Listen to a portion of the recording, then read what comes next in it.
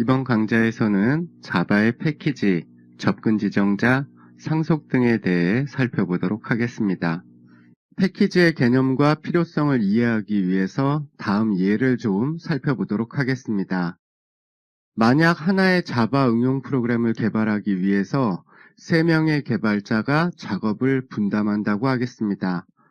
근데 나중에 개발된 클래스들을 하나의 디렉토리에 합치려고 보니까 각 사용자가 동일한 이름의 클래스를 작성하였다고 합시다. 프로그램을 작성하다 보면 일반적으로 많이 쓰는 이름들이 있다 보니까 이런 경우가 굉장히 많습니다. 이때 하나의 디렉토리 안에 동일한 이름의 파일이 2개 있으면 안 되겠죠. 근데 만약 개발자별로 서로 다른 디렉토리에 파일을 나눠서 저장한다면 경로명이 달라져서 다른 파일로 잘 인식할 수가 있습니다. 이와 같이 자바에서 패키지란 서로 관련된 클래스와 인터페이스를 한 곳에 묶어놓은 것으로 하나의 패키지는 하나의 디렉토리에 저장된 클래스 파일들을 지칭합니다. 하나의 응용 프로그램은 1개 이상의 패키지로 구성됩니다. 따라서 앞에서 예제로 제시한 응용 프로그램은 파일 I/O, 그래픽, UI의 3개의 패키지를 가진 응용 프로그램입니다. 자바에서는 이미 미리 만들어진 많은 클래스 파일들을 패키지 형태로 제공하고 있습니다. 그동안 우리가 썼던 스캐너 클래스도 java.util이라는 패키지 안에 들어있는 스캐너라는 이름의 클래스입니다. 자바라는 디렉토리 안에 하위 디렉토리로 util이라는 디렉토리가 있고 그 안에 스캐너라는 클래스 파일이 들어있는 것입니다. 여기서 패키지 이름은 디렉토리 경로명과 똑같이 java.util입니다. 즉, 클래스 경로명과 패키지 이름은 같습니다. 클래스를 지칭할 때는 패키지 이름과 클래스 이름 사이에 점을 찍어서 java.util.scanner와 같이 표현합니다. 안드로이드 스튜디오에서 직접 경로를 확인해 보면 다음과 같습니다. 좌측 상단의 프로젝트 창에서 패키지를 누르고 제일 밑에 라이브러리 밑에 자바라는 디렉토리 안에 util 디렉토리 안을 보면 스캐너라는 클래스가 들어있는 것을 확인할 수 있습니다.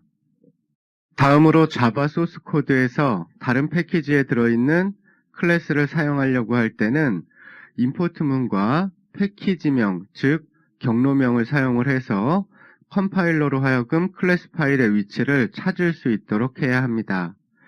크게 2가지 방법이 있는데요. 첫 번째는 임포트문을 사용하지 않고 매번 클래스 이름에 완전 경로명을 일일이 적어주는 방법인데 이렇게 매번 작성하는 것은 타이핑 실수 가능성도 높아지고 너무 불편하니까 잘 사용하지 않습니다. 두 번째 방법은 클래스 이름의 완전 경로명을 소스 파일의 시작 부분에 임포트문을 이용을 해서 한 번만 적어주고 사용할 때는 편하게 경로명은 빼고 클래스 이름만 적어주는 방법으로 일반적으로 가장 많이 사용하는 방법입니다. 또한 한 패키지, 즉 한 디렉토리 안에는 관련 있는 많은 클래스 파일들이 들어있는데 이 한 패키지 안에 들어있는 모든 클래스들을 한꺼번에 전부 불러놓고 사용하고 싶은 경우에는 다음과 같이 별표를 사용을 해서 한 번에 선언할 수 있습니다. 그럼 그 패키지 안에 들어있는 모든 클래스 파일을 완전 경로명 없이 클래스 이름만 가지고 편하게 사용할 수 있습니다. 또한 자바에서 모든 클래스 파일들은 패키지에 소속되어야 되는데요. 패키지라는 키워드를 이용을 해서 이 클래스가 소속될 패키지명을 선언해 줄 수 있습니다. 우리가 그동안 사용하던 것처럼 소속될 패키지를 지정해 주지 않으면 자바 컴파일러는 자동으로 디폴트라는 패키지에 소속을 시키게 되는데요. 이 디폴트 패키지의 디렉터리는 바로 현재 프로젝트를 진행하는 현재 디렉터리입니다. 다음은 자바에서 기본적으로 제공해주고 있는 표준 패키지들입니다. 굉장히 많은 패키지들이 있는데 하나만 살펴보면 java.lang이란 패키지는 문자열, 수학함수, 입출력 등 자바 프로그래밍에 필요한 기본적인 클래스와 인터페이스들을 가지고 있는 패키지로 우리가 그동안 사용했던 시스템, 메스 등의 클래스가 바로 이 패키지 안에 미리 만들어져서 포함되어 있습니다. 특이한 점은 이 패키지 안에 있는 클래스나 인터페이스는 워낙 많이 사용하다 보니까 별도로 임포트문을 사용하지 않아도 자동으로 임포트 해준다는 건데요. 그래서 우리가 그동안 시스템, 메스 등의 클래스를 사용할 때 별도로 임포트문을 사용하지 않고도 바로 쓸 수 있었던 겁니다. 이 자바다랭이라는 패키지 외에 다른 모든 패키지는 반드시 임포트문을 이용을 해서 임포트 해주셔야 합니다. 안 그러면 오류 메시지가 출력되겠죠. 그래서 우리가 바로 밑에 있는 자바다 util 패키지 안에 들어있던 스캐너 클래스를 쓸 때도 미리 임포트 해준 다음에 사용을 했던 겁니다. 다음으로 자바의 접근 지정자에 대해 살펴보도록 하겠습니다. 클래스 안에 들어있는 변수나 함수 이름 앞에는 public, private과 같은 접근 지정자라는 것을 붙여줄 수가 있는데요. 이게 무엇인지, 왜 사용을 하는지, 어떻게 사용을 하는지에 대해서 살펴보도록 하겠습니다. 먼저 접근 지정자라는 것은 해당 클래스 안에 있는 멤버들을 다른 클래스에서 접근할 수 있도록 허용을 해줄지 말지를 결정해주는 지시어입니다. 중요한 데이터를 외부에서 아무나 접근하면 안 되니까 아무나 접근하지 못하도록 막는 것으로 클래스 안의 멤버를 보호하는 목적으로 사용이 됩니다. 필요한 부분만 공개하고 나머지는 캡슐로 싸서 보호하는 거라고 생각하시면 됩니다. 이 접근 지정자의 종류로는 Private, Default, Protected, Public의 4가지가 있습니다. Public은 클래스 안의 멤버에, 즉 변수나 함수에 누구나 마음껏 접근할 수 있도록 허용해주는 모든 클래스에 허용해주는 접근 지정자이고, 안으로 들어갈수록 접근 가능 범위가 줄어들어서 Private 접근 지정자는 클래스 외부에서는 접근 못하도록 완벽히 막는 접근 지정자입니다. 클래스 안에 멤버에서만 접근할 수 있는 겁니다. 뒤에서 살펴볼 거고요. 일단 이 4가지 중에 Public과 Private 2가지만 먼저 살펴보겠습니다. 다음은 예제로 우리가 그동안 사용했던 개인정보 저장 클래스와 그 활용 예입니다. 클래스 안의 변수나 메소드 이름 앞에 퍼블릭을 붙여주면 패키지에 상관없이 누구나 이 클래스 안의 멤버에 접근해서 변수나 함수를 사용할 수가 있습니다. 지금은 스크래치 클래스 안에서 펄슨 클래스 안의 멤버에 접근해서 사용하는 예를 보여주고 있습니다. 아무런 거리낌 없이 네임 변수나 프린트 네임 함수에 직접적으로 잘 접근해서 사용하는 것을 확인할 수 있습니다. 근데 만약 name이라는 변수의 접근 지정자를 private로 바꿔주면 이 private로 선언된 멤버는 그 클래스 안에서만 접근을 허용해준다고 했으니까 같은 클래스 아닌 print name 함수에서만 접근이 가능합니다. 따라서 아까처럼 다른 클래스, 지금은 이 스크래치 클래스에서 네임에 접근하려고 하면 오류가 발생하게 됩니다. 직접적으로 접근을 못하게 막는 거죠. 이와 같이 외부로부터의 접근을 막는 것, 필요한 것들을 묶어 내부를 캡슐로 싸서 보호하는 것을 객체지향 언어에서는 캡슐화라고 얘기합니다. 만약 자판기라는 객체가 있으면 이 자판기가 캡슐로 싸져서 내부가 보호되고 있지 않다면 어떻게 될까요? 누구나 그 자판기 안에 돈이나 음료수를 마음대로 다 꺼내갈 수가 있습니다. 만약 금고라고 합시다. 금고가 캡슐로 싸져서 내부가 보호되고 있지 않다면 어떻게 될까요? 누구나 돈을 다 가져갈 수가 있겠죠. 즉, 정보 은닉을 포함하고 있는 캡슐화의 개념은 모든 객체의 가장 본질적인 특징입니다. 사실 보호의 목적이 아니라 그 객체의 손쉬운 활용을 위해서도 캡슐화는 필요합니다. 우리가 자판기 내부 구조를 알고 자판기를 사용할 필요는 없죠. TV 내부 구조나 내부 동작을 다 이해하고 TV를 볼 필요는 없습니다. 그 객체의 디테일한 부분까지, 내부적인 부분까지 알 필요 없이 필요한 것만 노출시켜 놓음으로써 쓰는 사람도 간단하고 심플하게 사용할 수가 있다는 겁니다. 그럼 내부 데이터에 접근 못하게 막으면 그 안의 값은 어떻게 사용할 수 있을까요? 그 변수 안의 값 자체가 필요한 경우라면 다음과 같이 퍼블릭으로 선언된 set 함수나 get 함수를 넣어주시면 됩니다. 내부 데이터는 프라이빗으로 선언해서 외부로부터의 접근을, 직접적인 접근을 막고 대신 퍼블릭으로 선언된 함수를 이용해서 간접적으로 접근하게 만들어주는 거죠. 안드로이드 SDK 안의 클래스들도 굉장히 많은 set와 getter 함수를 가지고 있습니다. 만약 버튼을 예로 들면 버튼 안에 쓰여질 글자, 즉 버튼 객체 안에 텍스트 변수의 값을 바꿀 수 있는 setText와 같은 함수를 미리 만들어 놨고요. 여러분들은 이 함수만 알고 있으면 언제든지 버튼에 표시되는 글자를 바꿔줄 수가 있습니다. 외부로부터의 데이터 접근을 막고 setter와 getter 함수를 사용하면 다음과 같이 데이터의 무결성도 보장해 줄 수가 있습니다. 데이터를 저장할 때 검사를 해서 온전한 데이터만 저장해 줄 수 있다라는 건데요. 다음은 은행 잔액 관리 프로그램입니다. 은행 잔액은 일반적으로 음수가 될 수가 없잖아요. set balance라는 set 함수 이용해서 0보다 큰 값만 저장할 수 있도록, 즉 실수로 0보다 작은 값을 저장할 수 없도록 데이터 무결성을 위한 안전장치를 마련해주고 있는 것을 확인할 수가 있습니다. 이렇게 하면 사용자가 실수로 잘못된 값을 저장하는 경우를 사전에 예방할 수 있겠죠. 검사를 해서 제대로 된 값만 저장을 해주는 겁니다. 참고로 접근 지정자에는 디폴트 접근 지정자와 프로텍티드 접근 지정자도 있는데요.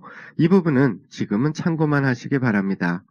디폴트 접근 지정자는 우리가 그동안 쓰던 것과 같이 아무것도 붙이지 않은 경우인데 동일한 패키지라면 퍼블릭과 마찬가지로 누구나 접근해서 사용할 수 있는 것이고, 프로텍티드는 동일 패키지가 아니더라도 다른 디렉토리에 있는 클래스 파일에서라도 접근이 가능하지만 단 상속받은 자식 클래스인 경우에만, 하위 클래스인 경우에만 접근할 수 있는 것입니다. 아직 상속은 공부 안 했고요. 일단 처음이니까 그냥 이 두 접근 지정자는 프라이빗과 퍼블릭의 중간 정도로만 생각하시면 됩니다. 퍼블릭은 어디서나 누구나 접근할 수 있는 거고요. 프라이빗은 그 클래스 안에서만 접근할 수 있고 외부에서는 절대 접근할 수 없는 거다. 일단 이 두 개만 기억하시면 됩니다. 참고로 이것도 참고인데요. 퍼블릭과 디폴트 접근 지정자는 클래스 이름 앞에도 붙일 수가 있습니다. 다른 패키지에서, 다른 디렉토리에서 이 클래스를 사용하도록 허용할지 말지를 결정해주는 역할을 수행을 합니다. 퍼블릭 클래스는 다른 패키지의 클래스에서도 사용할 수 있는 것이고, 아무것도 붙이지 않은 디폴트 클래스는 같은 패키지 안에서만 접근해서 사용할 수 있는 클래스입니다. 이 부분도 지금은 참고만 하세요. 그럼 이번에는 상속에 대해 살펴보도록 하겠습니다. 상속은 현실 세계에서 자식이 부모님의 유전자를 물려받는 것과 유사한 개념입니다.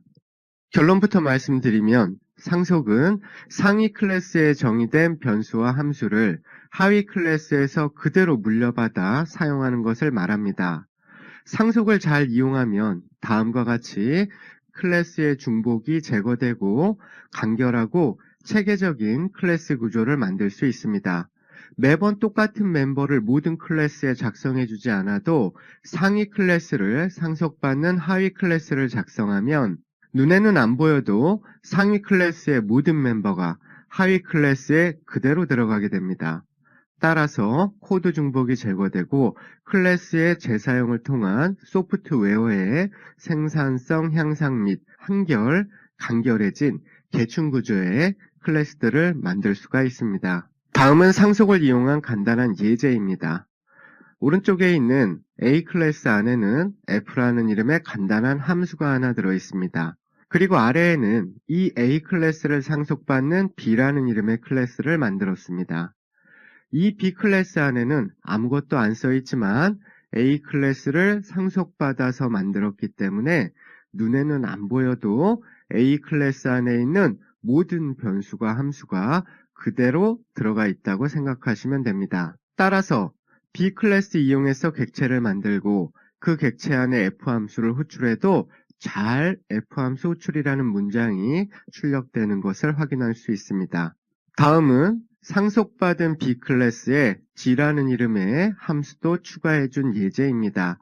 A 클래스 안에는 F 함수만 들어있고요. A 클래스를 상속받는 B 클래스 안에는 상속받은 F 함수와 새로 만든 G 함수가 모두 들어있다고 생각하시면 됩니다. 다음으로 메소드 오버라이딩에 대해 살펴보도록 하겠습니다. 같은 이름의 함수를 여러 개 정의하는 오버로딩하고는 다른 거예요.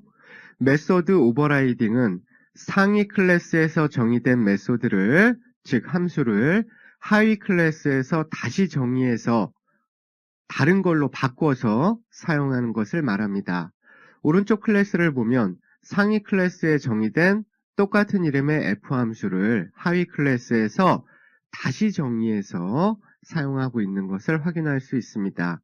실행시켜 보면 상위 클래스의 F 함수를 호출하면 F 함수 호출이라고 나오지만 하위 클래스의 F 함수를 호출하면 오버라이딩한 F 함수 호출이라고 바뀌어진 결과값이 나오는 것을 확인할 수가 있습니다.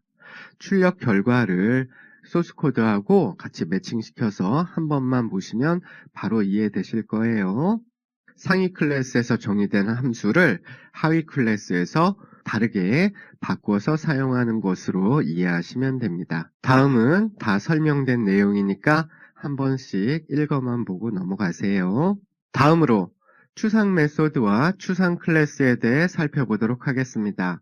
방금 전에 상위 클래스에서 정의된 함수를 하위 클래스에서 다시 정의해서 사용하는 메소드 오버라이딩에 대해 살펴봤는데요.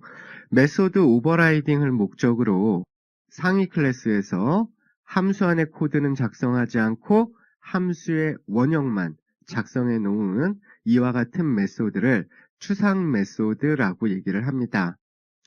추상 메소드는 추상 메소드이다 라는 의미로 앞에 abstract를 붙여주면 됩니다. 이와 같이 하나라도 추상 메소드를 가지고 있는 클래스를 추상 클래스라고 하며 마찬가지로 앞에 abstract를 붙여주면 됩니다.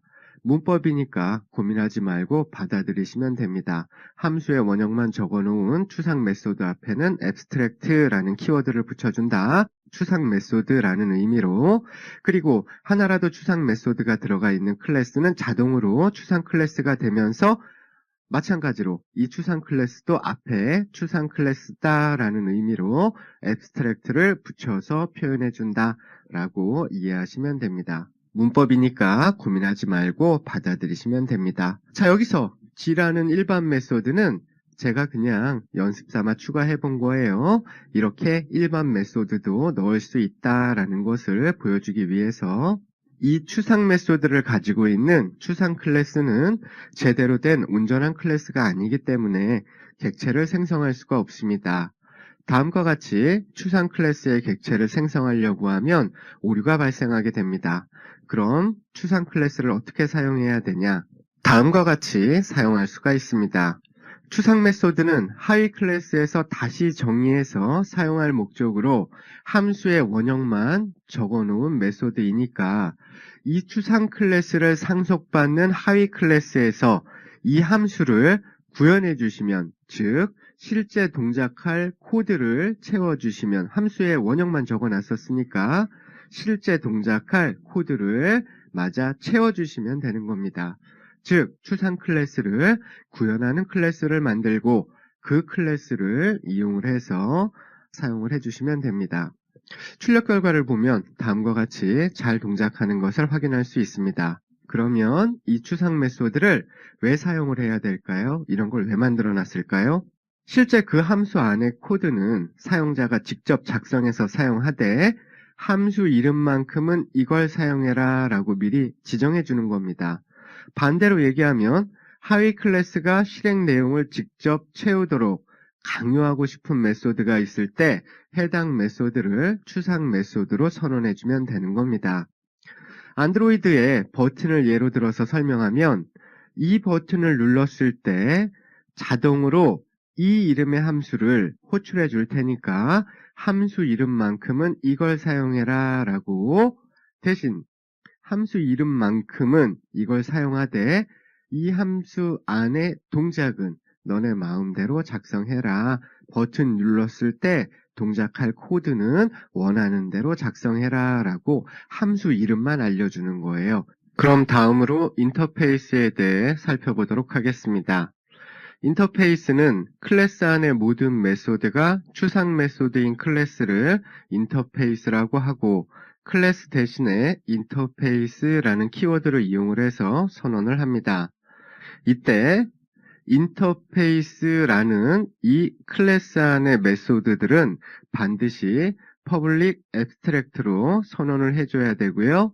이 퍼블릭 앱스트랙트는 생략 가능합니다. 이 부분은 생략 가능합니다.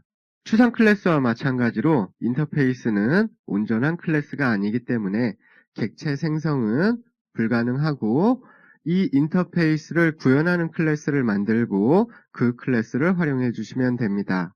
이 인터페이스를 구현하는 클래스는 extend 대신에 implement를 사용을 하고 반드시 인터페이스 안에 모든 추상 메소드를 다 구현해 주셔야 됩니다. 문법입니다. 안드로이드에도 굉장히 많은 인터페이스가 만들어져 있고 몇 번 쓰다 보면 익숙해지실 거예요.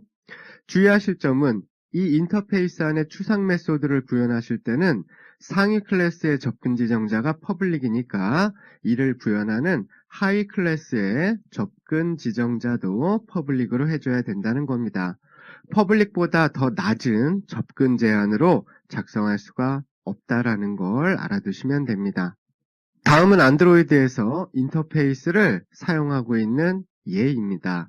onClick listener라는 이름의 인터페이스 안에 보면 onClick이라는 메소드가 한 개 들어있는 것을 확인할 수 있습니다. 이 메소드를 구현을 해서 버튼을 클릭했을 때 동작할 코드를 직접 원하는 대로 작성해 주시면 됩니다. 인터페이스는 상속받을 하위 클래스에게 구현할 메소드의 원형, 즉 규격을 알려주는 역할을 수행을 합니다. 소프트웨어를 규격화된 모듈로 만들고 인터페이스가 맞는 모듈을 조립하듯이 응용 프로그램을 작성할 수가 있는 겁니다. 마지막으로 오브젝트 클래스에 대해서 살펴보겠습니다. 모든 자바 클래스는 반드시 오브젝트 클래스를 상속받도록 자동 컴파일 됩니다. java.lang이라는 패키지에 속한 클래스로 모든 클래스의 최상위 클래스라고 보시면 됩니다. 이 오브젝트 클래스 안에는 toString, 해시코드, getClass와 같은 메소드들이 들어있는데요. 참고로만 알아두시고요. 이 부분은 나중에 필요하면 다시 설명드리도록 하겠습니다. 아무튼 모든 자바 클래스는 올라가다 보면 최상위에는 오브젝트 클래스를 상속받고 있다라는 것을 알아두시면 됩니다. 자, 이상으로 자바 강의를 마치도록 하겠습니다. 중요한 부분은 다 설명드렸는데요. 앞으로 안드로이드에서도 자바는 계속 사용하게 될 테니까 여기서 설명드리지 못한 기타 디테일한 부분은 필요할 때마다 그때그때 응용 예제를 통해서 다시 살펴보도록 하겠습니다.